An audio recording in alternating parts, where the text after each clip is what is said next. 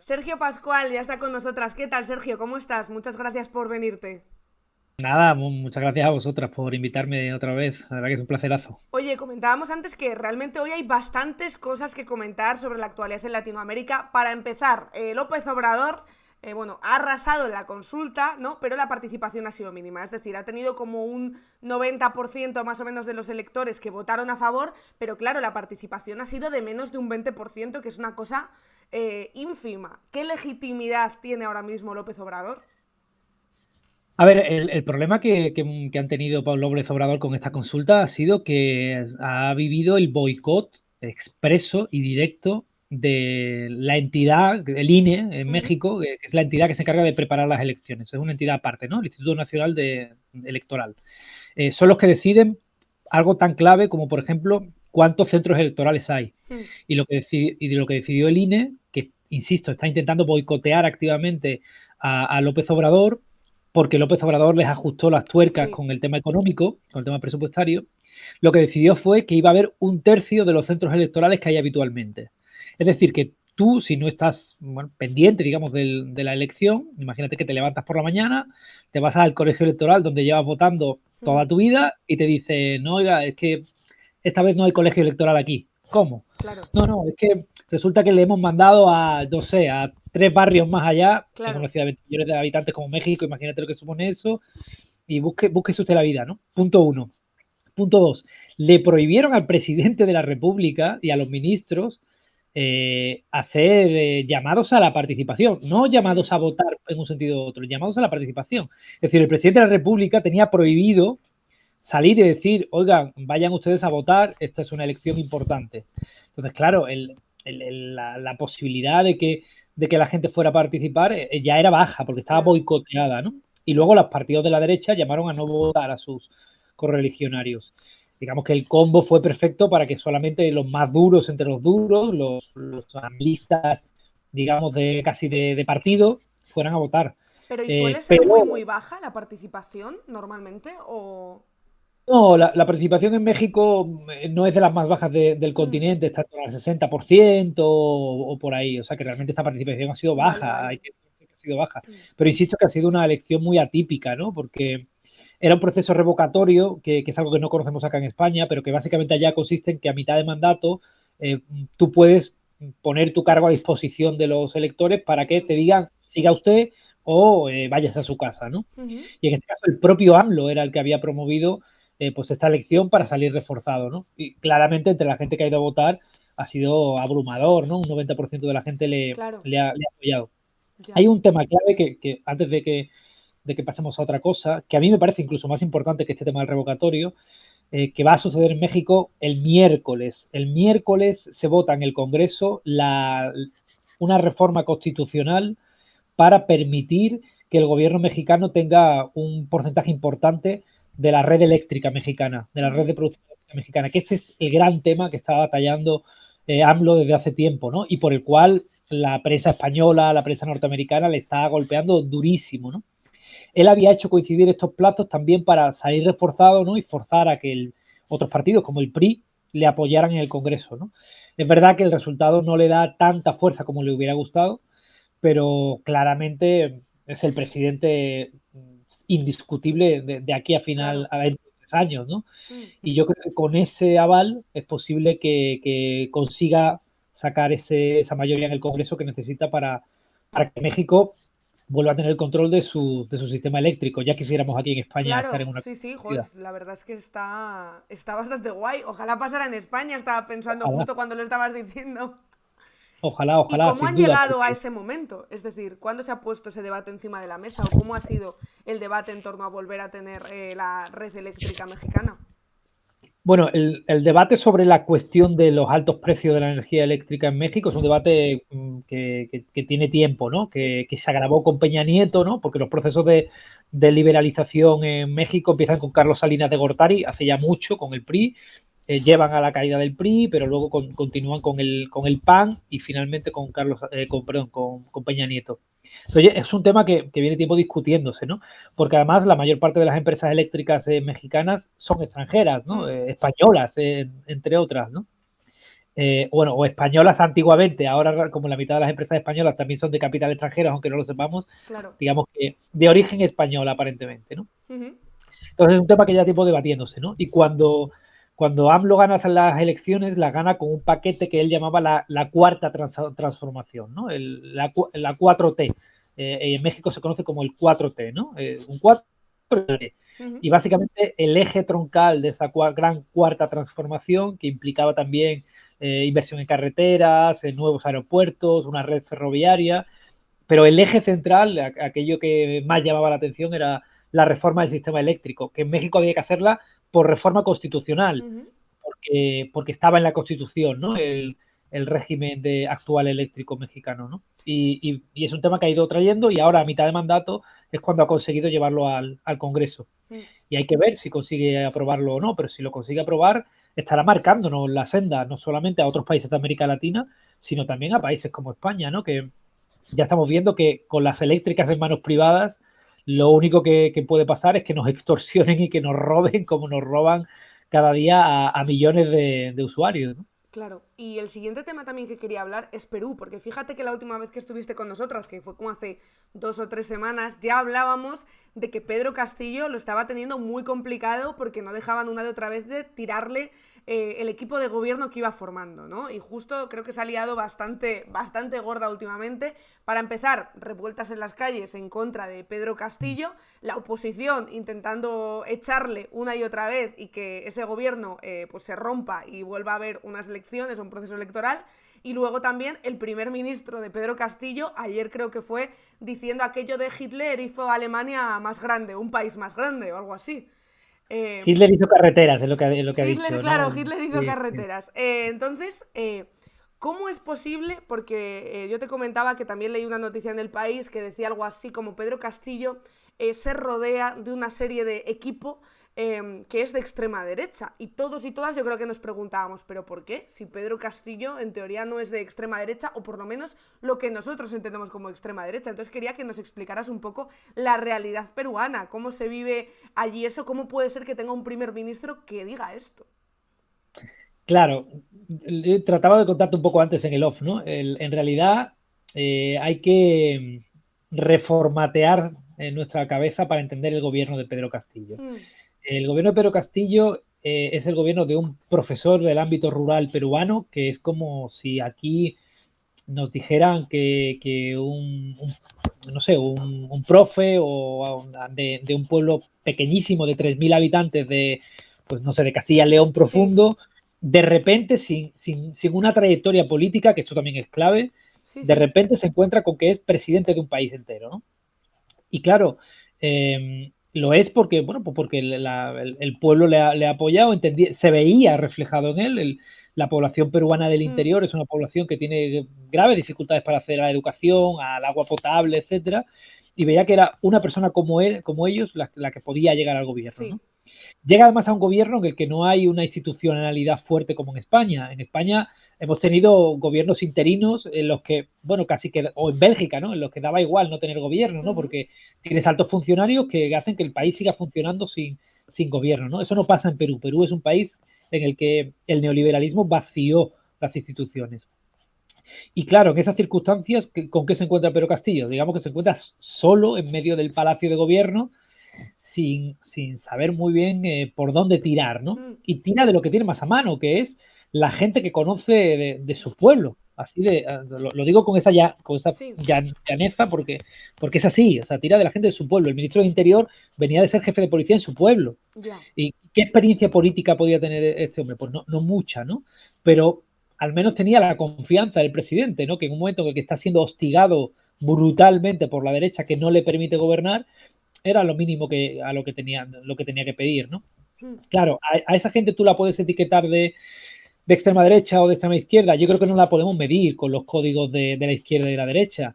Es una población que, bueno, pues que se parece al resto del Perú.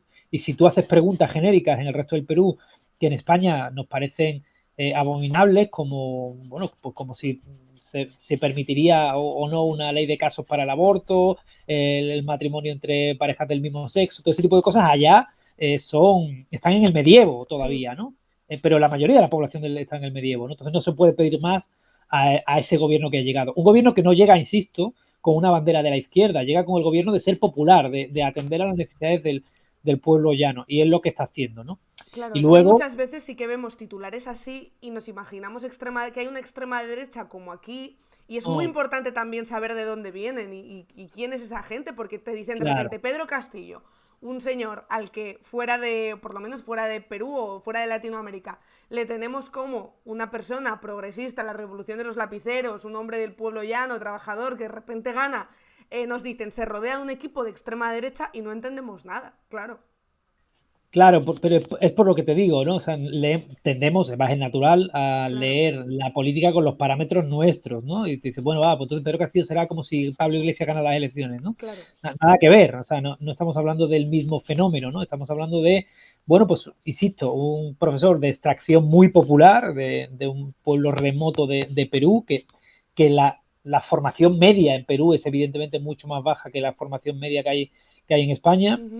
y que llega en un contexto de un Estado absolutamente destruido, en el que no hay nada donde agarrarse, ni siquiera hay, pues estos ministerios que estén funcionando y que tú digas, oiga, pues siga haciendo lo que estaba usted haciendo, ¿no? No puedes ni siquiera hacer eso, ¿no? Y en ese contexto, pues te rodeas de lo primero que tienes a la mano, y lo Claro. primero que tienes a la mano es, bueno, pues lo que es, ¿no? Tiene, Lakoff le llama a esto gente con posiciones biconceptuales. Es decir, que a lo mejor en el terreno económico es muy de izquierdas, pero en el terreno del moral Mm, es muy de derechas. Y claro, esto no lo sí, sí. encontramos muy habitualmente en América Latina. Sucede muy habitualmente en Mm, América Latina. Acordaos del escándalo que se montó cuando Evo Morales dijo aquello de que los homosexuales eran homosexuales porque comían pollo, ¿no? sí. Aquello era como, bueno, pero ¿y Sí, este sí. señor que se supone que es de izquierda? Dices, bueno, ya, pero pensemos en qué es la izquierda en América Latina, pensemos en la extracción real que tienen los dirigentes, pensemos en el momento político que vive cada uno de estos países, ¿no? O sea, que a lo Mm, mejor algunos de ellos en algunos temas están como nosotros estábamos en los años 20 del siglo pasado, ¿no? Y en otros no, ¿eh? En otros están en vanguardia, pero eso es lo que hay que entender. mm. ¿Y cómo crees que acabará todo esto de Pedro Castillo? ¿Le auguras una trayectoria muy larga o crees que va a acabar más pronto que tarde? Pinta mal porque se unen dos temas. Uno, el que es lo que comentábamos en la vez que nos vimos anteriormente, Sí. ¿no? La derecha es sin misericordia, la derecha está golpeando con todo lo que tiene, que es muchísimo, medios de comunicación, en la calle, bueno, en todos los frentes, ¿no? Y luego, por otro lado, nos encontramos con el gobierno más precario de toda América Latina, un gobierno que no tiene resortes para Mm, enfrentar todo esto. Desde mi punto de vista, lo único que puede hacer ahora mismo Pedro Castillo es darle al botón del reset y decir, miren ustedes, así este país no va a funcionar y no vamos a tener una gobernanza política decente. mm, Hay que darle al reset y hay que hacer una constitución nueva. Hay que hacer una constitución nueva, aunque a los actuales políticos que viven en el Congreso no les guste. mm, Y con esa bandera conseguir que la gente se ponga de su lado y reescribir de cero una constitución a imagen y semejanza de lo que quieren los peruanos de hoy, ¿no? Si no se lanza por una senda como esta, es decir, una senda en la que le dé un horizonte al pueblo peruano, yo creo que va a acabar por caer, porque la gente claro, la gente en ausencia de horizonte dice, bueno, ¿y por qué voy a seguir apoyándote si claro. no me da nada que me compense todas las barbaridades que dicen de ti los Mm, medios de derecha, ¿no? Si al menos me dieras un horizonte, pues lo mismo me agarraba algo, pero sí. esta situación lo tiene difícil. Y luego también, repasando un poco la actualidad de América Latina, he estado leyendo, bueno, Boric acaba de cumplir hace poco un mes en el gobierno y Uh -huh. hay una cosa que me interesa muchísimo, que es esta nueva constitución de la que está hablando ahora todo el tiempo. Es decir, quieren romper con la constitución anterior, muy neoliberal y que, según dice Boric, es la fuente de muchos de los problemas del país, que entiendo que es la constitución que todavía es de Pinochet, de Uh aquella -huh. época. Y me interesa mucho porque además hicieron como una votación en 2020 y la mayoría de la población, como un 80% leído, estaban a favor de cambiar la constitución. ¿Cómo se plantea esa nueva constitución y por qué es tan importante para ellos romper con la antigua? Fíjate que en Chile el proceso por una nueva constitución es anterior a Sí, Boric. anterior, claro, fue en 2020 la Claro, votación. claro, toda la energía que había en Chile acumulada de las revueltas que vivimos antes de la pandemia y después y durante la pandemia incluso, ¿no? En el que los chilenos decían, bueno, basta ya, no me podéis subir, o sea, es el país más endeudado de América Latina, no puede ser que sigamos teniendo que tener 3 trabajos para sobrevivir. Bueno, toda esa energía que se canalizó hacia una demanda de nueva constitución, ¿no? Y fue el anterior gobierno, el de Piñera, el del neoliberal de Piñera, el que, ante una presión tan irrefrenable de la calle, tuvo que convocar un referéndum, pensando que a lo mejor era capaz de frenar a la constituyente con ese referéndum. Pero claro, la votación fue absolutamente masiva. Votó más gente que a las presidenciales al proceso constituyente. Ya ves. Y consiguieron arrancarlo. Y además, gente que venía de, digamos, sin partido, ¿no? De independientes, fueron los que consiguieron tener casi un tercio de los asambleístas constituyentes. Son como otro, si fuera como otro congreso, pero constituyente, ¿no? Ahora mismo en Chile hay 2 congresos. El congreso, digamos, de toda la vida, el de los diputados de toda la vida de los partidos, y luego hay otro congreso que se dedica solamente a escribir la Constitución.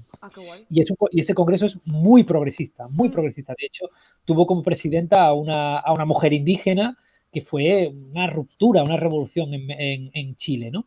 Es una de las premisas que están en esa nueva Constitución, es, bueno, pues el tema de incorporar los servicios públicos como un elemento central de la Constitución. Habría que decirles que se aseguren que nosotros lo tenemos en la nuestra y ya vemos cómo nos va con el tema de los servicios públicos, ¿no? Yeah. Otro tema es el tema de las minorías indígenas, que van a estar reconocidas también en la nueva Constitución chilena, ¿no? Es una Constitución muy de avanzada, ¿no?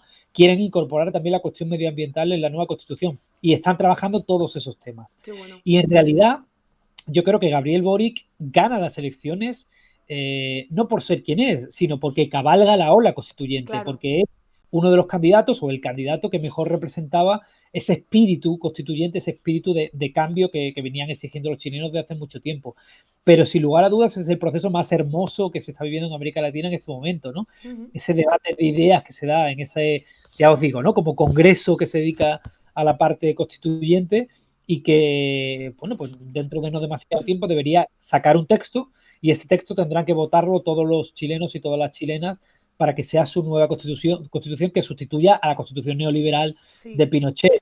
Sí, sobre todo muy emocionante eso, que prácticamente la totalidad de la población quiera cambiarla y esté tan a favor de cambiarla. Me parece, la verdad, bastante guay. Sí, sí, fue una mayoría absolutísima, ¿no? O sea, lo cual demuestra que la gente hoy en día, aunque no confíe en determinado tipo de partidos o en ningún partido para verse representado, a la postre sí que confía en determinado tipo de ideas o de proyectos, ¿no? Por eso creo que hoy día a la gente es más fácil sacarla a la calle con un proyecto, con una idea, con una meta concreta, que sacarla a la calle, pues como se hacía tradicionalmente, ¿no? En torno a un partido político o en torno a una meta electoral, ¿no? Hace unos días lo veía, no está directamente relacionado con el tema, pero lo veía en la encuesta que hicieron en Andalucía, hicieron una encuesta, el CIS andaluz le llaman, ¿no? Sí. Hicieron una encuesta y preguntaban ¿qué partido creen ustedes que sería el partido que puede solucionar los problemas que tienen los andaluces, ¿no?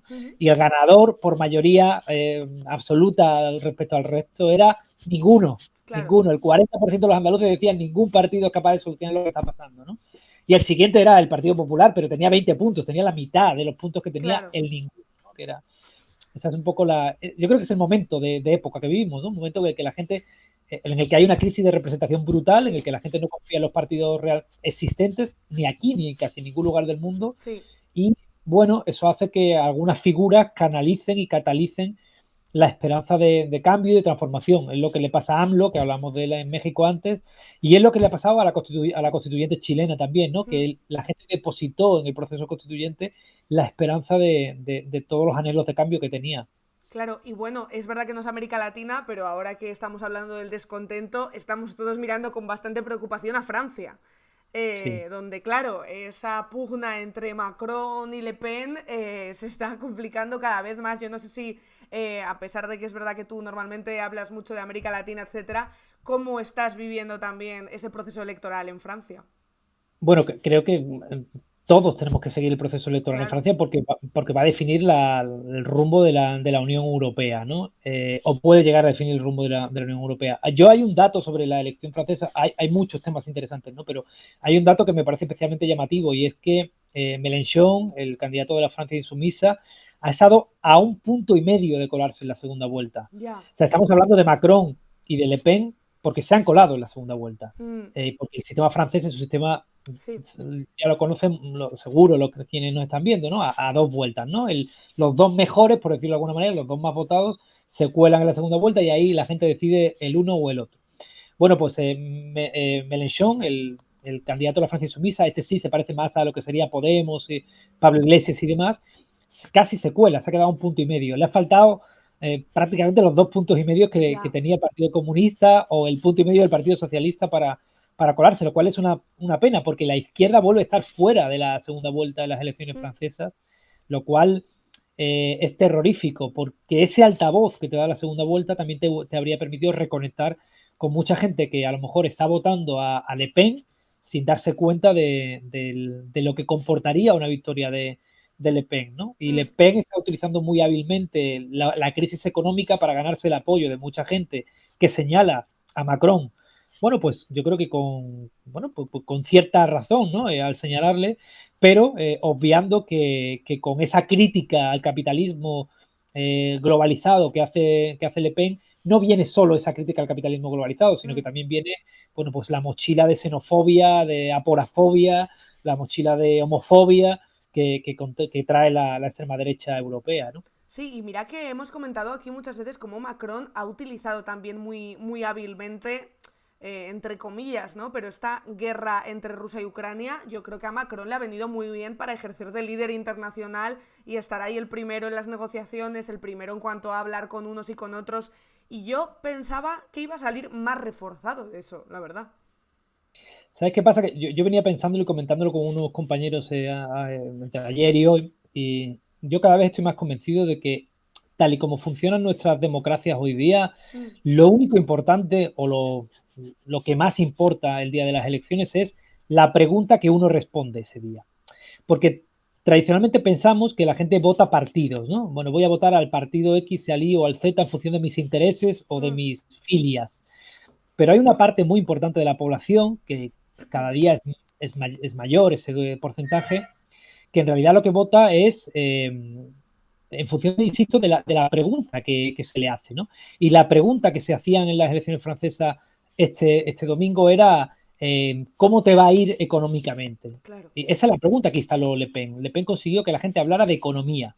Y como la gente hablaba de economía y ella era la que tenía una propuesta en lo económico, bueno, pues más creíble para las clases populares, la gente votó por esto. Si de lo que se hubiera hablado hubiera sido sobre inmigración o sobre Putin o sobre cualquier otra cosa, probablemente le hubiera ido mejor a Macron. Las encuestas le daban a Macron 20 puntos de diferencia cuando Macron era Claro, el sí. Macron que intentaba parar la guerra en Ucrania. Cuando la guerra ha llegado y los precios han subido en Francia como están subiendo en España, ya la cuestión no era un internacionalista que sale a defender el espíritu de la Unión Europea allá donde haya que ir y a parar las guerras. Ahora la cuestión era qué pasa con el precio de la gasolina, qué pasa con el precio de la electricidad. Y ante esa pregunta la gente ha respondido Le Pen, ¿no? Y Esa es la fíjate que cuestión. también yo creo que Semur ha jugado un gran papel ahí, quedando más a la derecha todavía que Le Pen y normalizando un poco el discurso de Le Pen también, yo creo.